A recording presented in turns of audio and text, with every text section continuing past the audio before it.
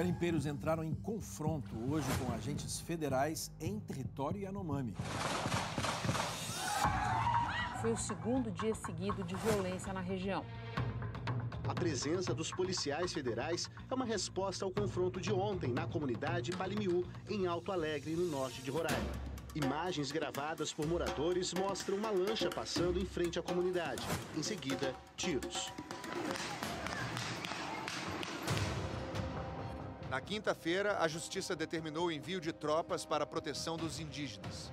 O repórter Alexandre Rissayasso esteve ontem na comunidade. Do alto, dá para ver o estrago que o garimpo irregular vem fazendo na floresta.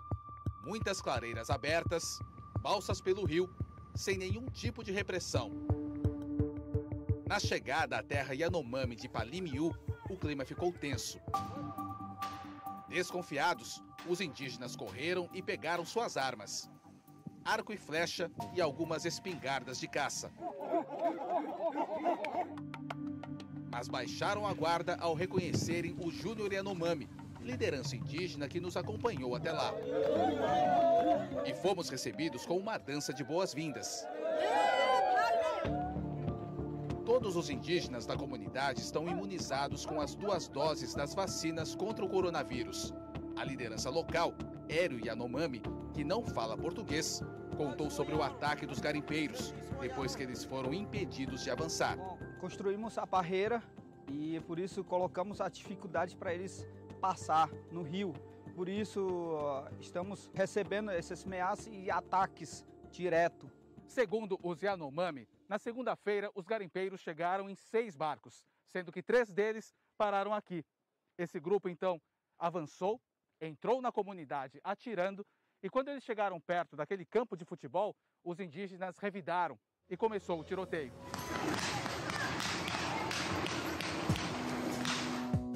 A Polícia Federal chegou a ser comunicada sobre as mortes de 3 garimpeiros por indígenas, mas a informação não foi confirmada. Os agentes estiveram em Palimiú na terça-feira e foram surpreendidos pelos garimpeiros.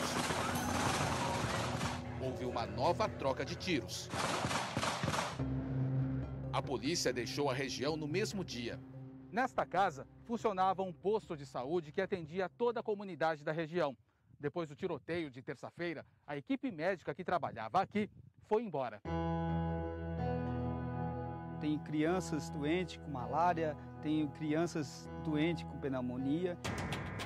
Registramos um flagrante. Um barco com garimpeiros está passando aqui pelo rio.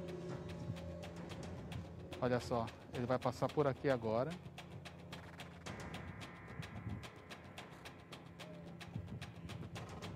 E aí a gente percebe a reação dos indígenas. Saímos de Palimiú sem encontrar nenhum reforço policial. No dia anterior, Júnior Yanomami tinha recebido uma ligação de outro indígena contando sobre os ataques daquela madrugada de quinta para sexta. Então aconteceu 2 horas da manhã, 3 horas da manhã, 4 horas da manhã, ataque, é isso? Isso mesmo. Bandidos armados subindo e descendo por aqui. Por telefone, ele pediu ajuda para o delegado da Polícia Federal. Que mande a Força Nacional, Polícia Federal, Exército, ninguém foi hoje, nem ontem. Este missionário que atuou nas terras Yanomami descreve um povo isolado e indefeso diante dos garimpeiros. Estão apavorados porque se defrontam com forças 1000 vezes superiores, com armas automáticas e outras coisas assim. E alguns deles têm espingarda para caça. A maior parte deles caça com arco e flecha. Então, um arco e flecha na frente de armas automáticas é um pouco difícil, né? A gente sabe que essas armas que chegam no garimpo, elas vêm da cidade, né? Só essa semana fomos em regiões, seja em comunidade indígena, seja em área de garimpo, na tentativa de repressão ao crime, não só ao garimpo, mas também a esse porte ilegal de armas de fogo, inclusive armas de grosso calibre. É possível afirmar que eles estão bem armados? Sim, pelos vídeos que circulam aí, a gente vê que eles estão bem armados, sim. Uma investigação da Polícia Federal mostra garimpeiros carregando armas na cintura enquanto circulam por outra comunidade Yanomami, a Maimaze, que fica a quase 500 quilômetros de Palimiú. Segundo a polícia, alguns garimpeiros ofereceram equipamentos a indígenas que estão com dificuldades para se manter, em troca de permissão para passar pelas barreiras. Um dos garimpeiros, identificado como Wesley Costa, é o homem que pilota esse barco. Este vídeo, que ele mesmo gravou, mostra uma negociação com indígenas para guardar o material dos garimpeiros até que a fiscalização do IBAMA saísse da comunidade. Espera tudo que todo mundo vai embora. Um mês limpou, os caras já não estão mais perturbando aqui. Pode vir, Fernando, manda os pessoal de novo. Segundo a polícia, Fernando de Souza é dono de uma balsa de garimpo na região e Wesley trabalha para ele como piloto do barco.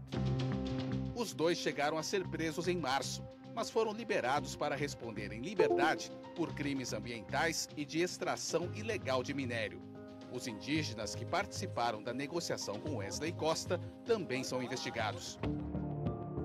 Júnior Yanomami diz que a atuação de garimpeiros vem crescendo em toda a região. Aumentou muito desde o início de 2019, destruição tanto do rio, ao meio ambiente, então, por causa disso que estamos correndo muito risco.